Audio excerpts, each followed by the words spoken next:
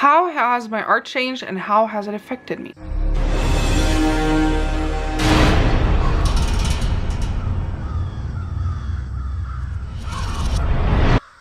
I was actually talking about this with someone else on an art video, and then someone requested I make a video about it. And then I got a couple messages from people telling me how much they would love that. So here we are, I guess.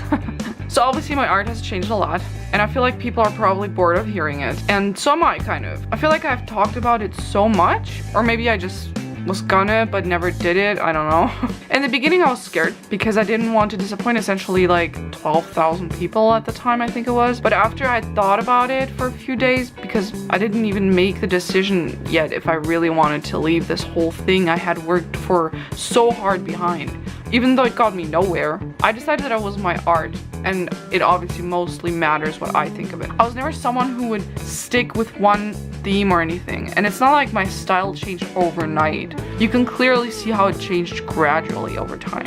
After doing this, I've heard of a lot of people that have been through the similar change. Here's the thing. When I told one of my friends I had gone away from the whole anime drawing, he said, well, it's not a style you keep forever. You gotta move on from it at some point. At first I thought it was kind of mean to say, because obviously there are people who still draw manga and can even make a living from it. But after some time of thinking about it over and over, he might be right. For me, the manga was a way to express the stories I have in my head. My goal was to write a story and illustrate it. Most people don't do that, and I think that's what he meant. I know a couple artists that draw in a cartoon way, and one thing they always have to hear is, why draw like Disney? But we do the exact same. Manga is an art style. Even if there's many different styles of drawing inside of manga itself, we still copy and that's it. You don't come up with manga. You take what you like and you draw it. It will always be different from what others will draw, but it's still not an original idea. The thing with originality is there's nothing original. Your stuff will always be compared to something else, and that doesn't necessarily mean that you get accused of copying or stealing.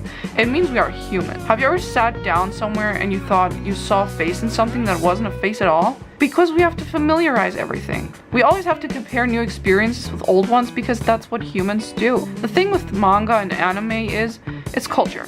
But if you aren't Japanese, should you really be drawing it then? I, for my part, think that's bullshit. We're so attached to our own culture, it's not healthy. A white person wearing dreadlocks doesn't make them black or trying to be black. But the whole manga thing, has it gone a bit too far? I remember this group in high school. They were all video game and anime fans. They were the most obnoxious people in the entire school. Loud and invasive. Usually I would think it's a coincidence and that this only happened at my school, but it happens everywhere. Anime is from a different culture. Japanese people don't act like people in animes do. Why do we? It goes so far that anime is its own culture. The people in my school didn't even know a single thing about Japan. Sushi and tea is all they knew about it.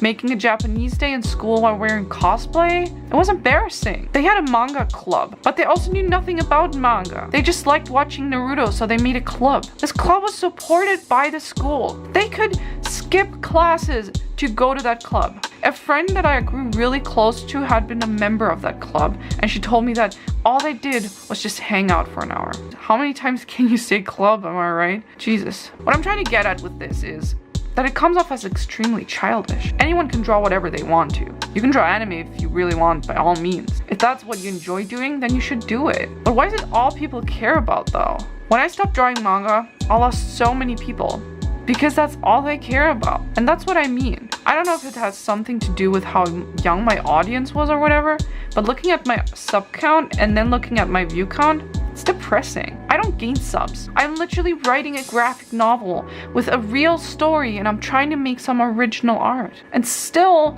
Naruto fan art is more appreciated even though it's completely copied. I know someone who only makes Pokemon fan art. Just colored pencil fan art of Pokemon. And I know artists that have amazing art style and originality. Can you guess who has more followers? I'm trying to understand why something like fan art is so highly appreciated. To me, this whole scene feels too monotone. Everything and everyone seems to be the same. And maybe I'm just not getting it from where I stand. I wasn't trying to offend anyone with this whole thing. And midway writing it, I felt like I shouldn't do this. But I'm not the kind of person to put on a fake smile and act like things don't bother me. It seems like you grow as an artist and you lose. And that's really sad. I know there probably are artists that are appreciated and have a big following that do completely original work, but the majority of fans still stand with fan art and the simplicity of repetitivity of manga and anime.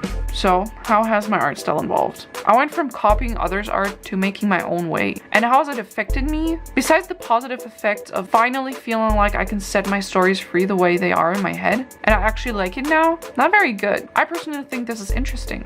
Someone is writing a story and also developing an art style. I'm documenting the journey as well as I can without giving too much spoilers for my story.